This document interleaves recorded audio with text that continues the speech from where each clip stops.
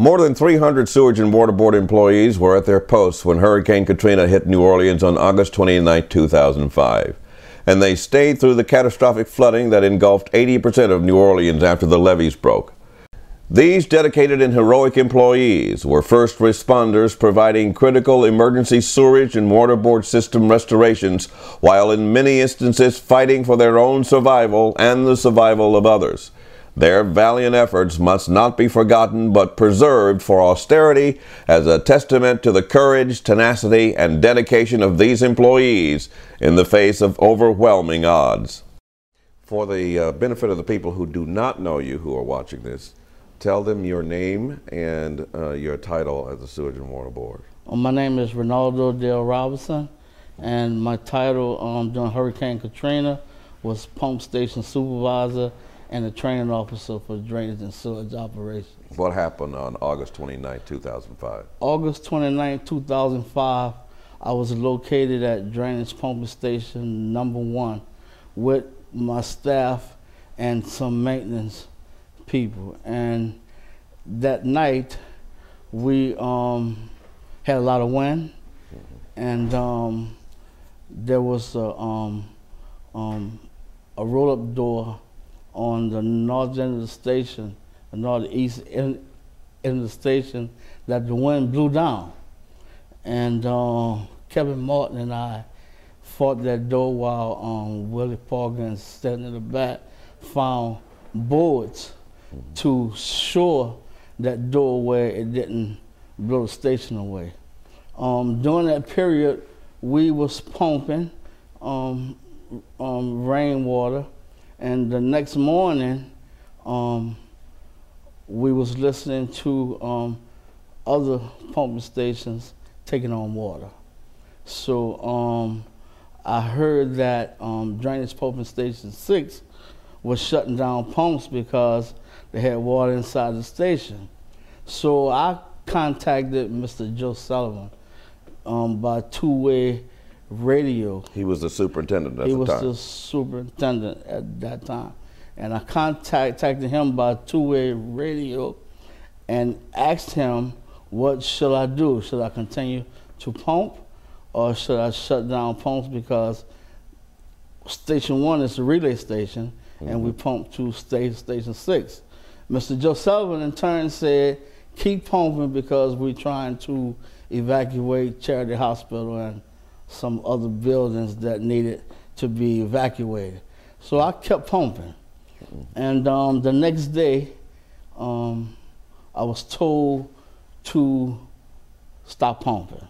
What was going through your mind when you were told to stop pumping? Well, I knew when I stopped pumping that we was going to take on water, and the water was going to backflow into the uptown area. So what was in your mind at that point? Why are they asking me to stop pumping? At that point, I was asking Mr. Sullivan what's going on. And Mr. Sullivan said that we had some levees breached, and we was taking on water, and for us to prepare ourselves to secure the station.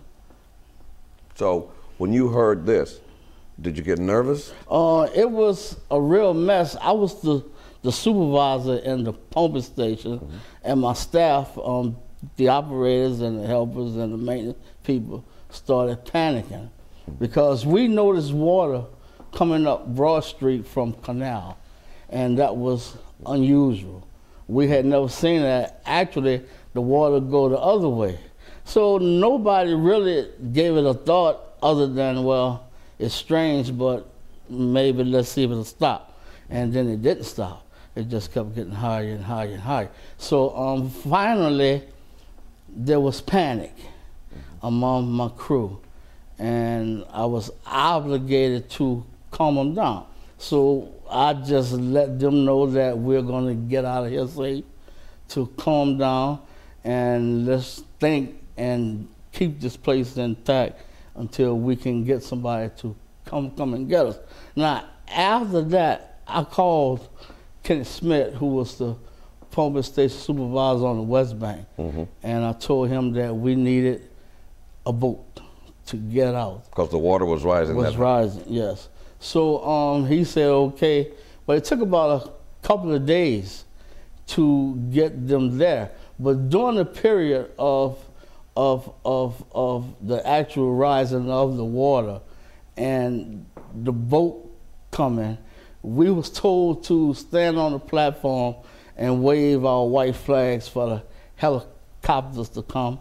They would fly over us, but they couldn't land. They couldn't see where to land. I found out that later, but then we thought, well, we just trapped. So when they shut down the power in the pumping station, we all started, really having problems with not being able to relax. The gnats was eating us up. We had to lay on the catwalks of the pumps about 20 feet in the air, stay out of the water inside of the pumping station. So what did you think was going to happen to you? At that point, we heard the water still rising and roaring. It was a roaring sound. We thought we was going to drown. You thought this was the end? We thought that this was it. So what did you do? We kept our composure. We transferred our personal belongings to a higher part of the station, and we waited it out until I heard the water start roaring. And I knew then that it had leveled off, and we were able to get a boat and evacuate to the West Bank. Now, when this water is roaring, what are you thinking? I'm thinking that there is a real good chance. I stayed optimistic because I'm a God-fearing child, and I knew that I wasn't going to be left alone. But I also knew that it was a possibility that we wasn't going to survive this. It had been told to us several times that Katrina was the worst storm ever, and there was a real good chance that thousands and thousands of people was going to drown. So we were aware that the possibility of not surviving this storm exists, but we were obligated to perform our duties and stay at our post, and we did so. That was going to be my next question. Why did you stay? We stayed because we knew that if we left, the city of New Orleans could potentially be lost. And all of us was born and raised in that city, and we knew that we wasn't trying to accept losing the city of New Orleans. Now, there were times where we all wanted to leave, and some people did. But for whatever reason, I was able to stay and dewater the city. So how did you go about that? You were rescued, they took you to the West Bank, right, where there was no flooding. Right. Labor Day morning, Kenny Smith came to the area where we was posted at Station 13 and told me that Mr. Sullivan and the Army was at Station 6 and we had to get there. So he drove me there. And when I got there, Mr. Sullivan and Chief Warrant Officer from the U.S. Army, Thomas Black, was there. And Mr. Sullivan said, Robertson, we have to start pumping. I said, when? He said, now. I said, okay, well, I'm gonna have to open the discharge gates. So I got the vertical gates open and we started pumping with the vertical gates. And then I started trying to manually open the 60-cycle horizontal pump gates. Little that I knew that them gates had 25,000, 30,000 turns. So I hired a staffing crew with the water board crew to help us turn those gates 24 hours. And we never did get it but a third of the way open. And it was essential to get this gate open because? Without fail, because that was the only pumps that we had available that wasn't flooded. The 25 cycle end of the station was underwater. We could not use it. The 60 cycle side of the station was above flow level. So we was able to use them, but we had to dewater the pumping station, dewater the pump bearings, replenish it with fresh oil, and that was the beginning of dewatering the city. Now, you spoke about having to do some things manually. Yes. What was that? Was that unprecedented? Yes, sir. Our pumping stations are operated remotely by control power. And the control generators and the control batteries was flooded out. So nothing worked electrically or remotely. I had to close 4160 high voltage breakers, 24,000 60 cycle breaker by hand in order to restore the 60 cycle power to the pumping stations and run the vacuum pumps and the pumps manually. So how did you go about operating the system manually if it was unprecedented and it never been done before? I was able to go into the control panels and find the manual relays for the starters.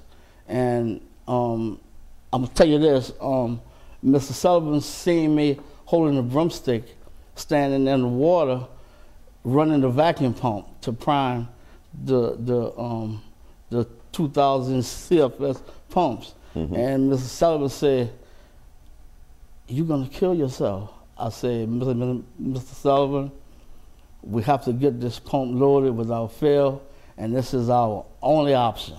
So I loaded 2 60 cycle pumps using a 60 cycle vacuum pump, engaging the start relay with the broomstick. So you were making this up as you went along? Yes, yes. So how does that work? Here you are on the fly, trying to operate in a crisis and learning something new at the same time. Okay, well, it was something that had never been done, probably had never been seen, but it was a gift from God that I was able to achieve that, knowing that I had been woke for a couple of weeks or so. You hadn't had a sleep? You hadn't had any sleep in a couple of weeks? No sleep, none. Why not? Because we all was thinking that we was going to drown the first week, and going into the second week, I knew that it was inevitable for me to get pumps loaded to dewater the city of New Orleans. So you had to go through a process of checking everything out to see what was working and what was not working? Yes. How did you accomplish that? Chief Warrant Officer Thomas Black and I, we traveled by helicopter, by railroad dump truck, and by pickup truck. We was able to go to each facility, assess the damages, pointing out what pumps that we could use immediately to start the dewatering process, and we did so. Wow, how long did that take? How many days do you remember it taking to make that assessment? After about a couple of weeks of no rest, every day seemed the same. But I would guess that we took about maybe 2 weeks, maybe going into 3 weeks. We took about a week to assess and restore the pumps that were available at each facility, and another 2 weeks or so to dewater the city. So at that point, the biggest challenge was dewatering the city. Yes, that was the only challenge. That was the only challenge. That was the only challenge, because we knew that we had 30 days to dewater the city of New Orleans, or it would possibly be returned back to nature. So, how long did it take you to accomplish the dewatering? 22 days. 22 days. Yes, sir. I would suspect you got very little sleep in those 22 days. None. As a matter of fact, for Hurricane Katrina, no one was prepared for that type of devastation. So after Katrina, we got better with having MREs and cots and pillows and blankets and water. But for Hurricane Katrina, we had nothing. Mm-hmm. We had nothing. I mean, absolutely nothing. So I found myself sometimes just exhausted and passed out on the concrete floor. But you kept going. But kept going. But you kept going. Yes. Now, how did your actions and those of the employees after the storm help the Sewerage and Water Board recover? We were able to, first we had to assess our personal damages, because we lost everything. Most of my employees, including we lost our house, we lost our cars, we lost our families. I mean, we did not have nothing. So we was in the process of trying to restore our homes, along with restoring each facility to continue pumping out the city of New Orleans, because shortly after Katrina came Rita. Mm-hmm. So we still had to pump rainwater during that period. So no question, you were challenged on the level of helping the city recover, and on the level of trying to simultaneously help your families recover. Yes, yes. So these two issues were at the top of mind. Yes, sir. So when did you finally get in touch with family and it was about 30 days.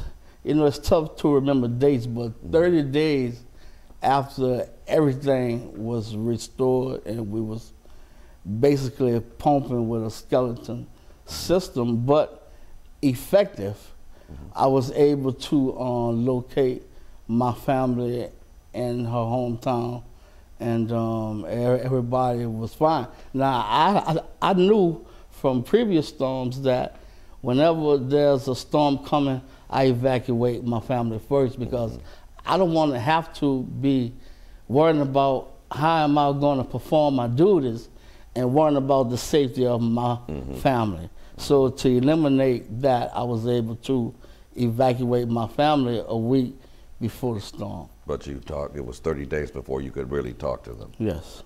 Last question. How would you describe the progress made post-Katrina in the rebuilding of the Sewerage and Water Board system? During Katrina, when the city was underwater, there was this calm in this city like no other. There was no insect, no birds, no signs of life. There was no people. Everything was brown, dark, and eerie. And during that time, I realized that I was chosen to forget about my own self and come up with a way of restoring this city. So after that period, and I see what's happening today, that was the vision that I saw then. The city now is vibrant. It's back up and running. And although some parts of the city is still not where it should be or where it could be, there's still work being done to achieve that. And the Sewerage and Water Board, you think, is in better shape? Yes. I'm going to say the Sewerage and Water Board is in better shape for the reasons that we were able to restore 100 years of maintenance loss during Katrina. All right, Reynaldo, thank you very much. The flooding of New Orleans after Hurricane Katrina was the most devastating disaster to hit any U.S. city. When most of the city was evacuating, some 300 Sewage and Water Board employees stayed on the job, facing great personal peril to respond to this devastating crisis. We salute our Katrina heroes who met the greatest challenge of their lives and found a way to rise above the storm and overcome the impact of Hurricane Katrina. The board's forces dewatered the city in 11 days after the breaches were closed and began to restore quality of life, services of water, sewer, and drainage to the city. It was the restoration of these services that made it possible for citizens to return. It was the restoration of these services that made it possible for progress to begin, going from devastation to recovery, restoration, and today, rebuilding of the most complex infrastructure in the country. Today, confidence in the Sewage and Water Board's management and fiscal responsibility has resulted in the first water and sewer rate increases since the 1990s. These increases will be the building blocks for the development and the continuous rebuilding of the board's systems in the future.